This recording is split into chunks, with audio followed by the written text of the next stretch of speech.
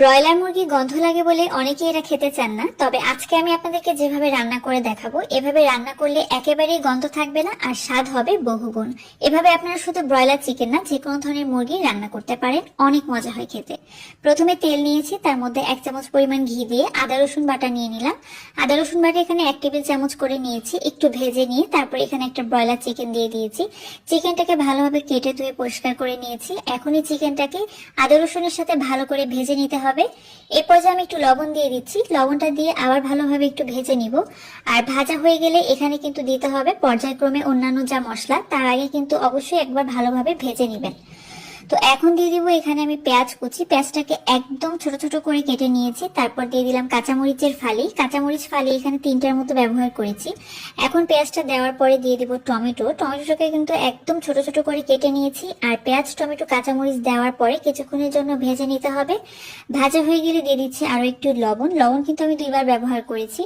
একটু হলুদের পরিমাণটা একটু কম দিবেন, আর মরিচের গুঁড়াটা একটু বেশি দিবেন, তাহলে তরকারির রং যেমন সুন্দর হয়, খেতেও কিন্তু বেশ ভালো লাগে।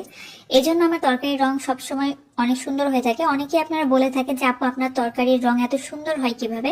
আমি কিন্তু হলুদের গুঁড়াটা কম ব্যবহার করি এবং মরিচের গুঁড়াটা একটু বেশি ব্যবহার করি। তো এবার আমি এখানে দিয়ে দিলাম 1 চামচের মতো গোলমরিচের গুঁড়া, তার সাথে 1 চামচ পরিমাণ ভাজা জিরার গুঁড়া এবং 1/2 চামচের মতো দিয়েছি ধনিয়ার গুঁড়া। এগুলো দেওয়ার পরে আবারও ভালোভাবে মশলাটাকে নেড়েচেড়ে কষিয়ে নিতে হবে।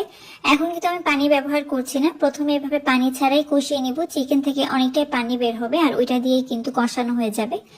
তো দেখতে পাচ্ছেন কিছুক্ষণ ঢাকনা দিয়ে রাখার পরে খুব সুন্দরভাবে চিকেন থেকে পানিটা ছেড়ে দিয়েছে। এই পর্যায়ে আরো একবার ভালোভাবে নেড়ে ছেড়ে মিশিয়ে নিচ্ছি।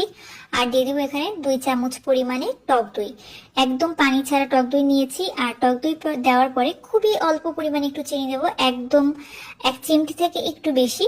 আর চিনিটা দিচ্ছে এই কারণে, কারণ যেহেতু টক দই দিয়েছি, চিনিটা দিলে কিন্তু খুব সুন্দর স্বাদের একটা অ্যাডজাস্ট হয়। তো তারপর চিনিটা দেওয়ার পরে আমি ভালোভাবে নেড়েচেড়ে মিশিয়ে নিচ্ছি। এখন এভাবে কিছুক্ষণের জন্য কষিয়ে নিব। তারপরে কিন্তু আমি এখানে পানি ব্যবহার করব, তবে পানির পরিমাণটা খুব একটা বেশি দেওয়ার দরকার নেই, যেহেতু চিকেন অলরেডি সেদ্ধ হয়ে গিয়েছে আর বেশিক্ষণ সেদ্ধ হবে না। তো এই জন্য আমি পানির পরিমাণটা কিন্তু সেভাবে বুঝে দিয়েছি। আর এই চিকেন রান্নায় আমি একদমই ঝোল রাখবো না, একদম ভুনা ভুনা হবে। আর ব্রয়লার চিকেন কিন্তু ঝোল রাখলে ভালো লাগে না, একটু ভুনা ভুনা করলেই ভালো লাগে। আর এই চিকেনটা আপনারা রুটি, পোলাও, সাদা ভাত যে কোনো কিছু দিয়ে খেতে পারবেন, অনেক ভালো লাগে খেতে। আর বানানো খুব সহজ, বোঝাই যায় না যে এটা ব্রয়লার মুরগি। এই পর্যায়ে আমি একটু গরম মশলার গুঁড়া দিয়ে দিচ্ছি। গরম মশলার গুঁড়া যদি আপনাদের বাসায় বানানো থাকে সেটাও দিতে পারেন, অথবা কেনা গরম মশলার গুঁড়াও এখানে ব্যবহার করা যেতে পারে। তো এখন আমি ভালোভাবে সবকিছুকে নেড়েচেড়ে একটু মিশিয়ে নিব।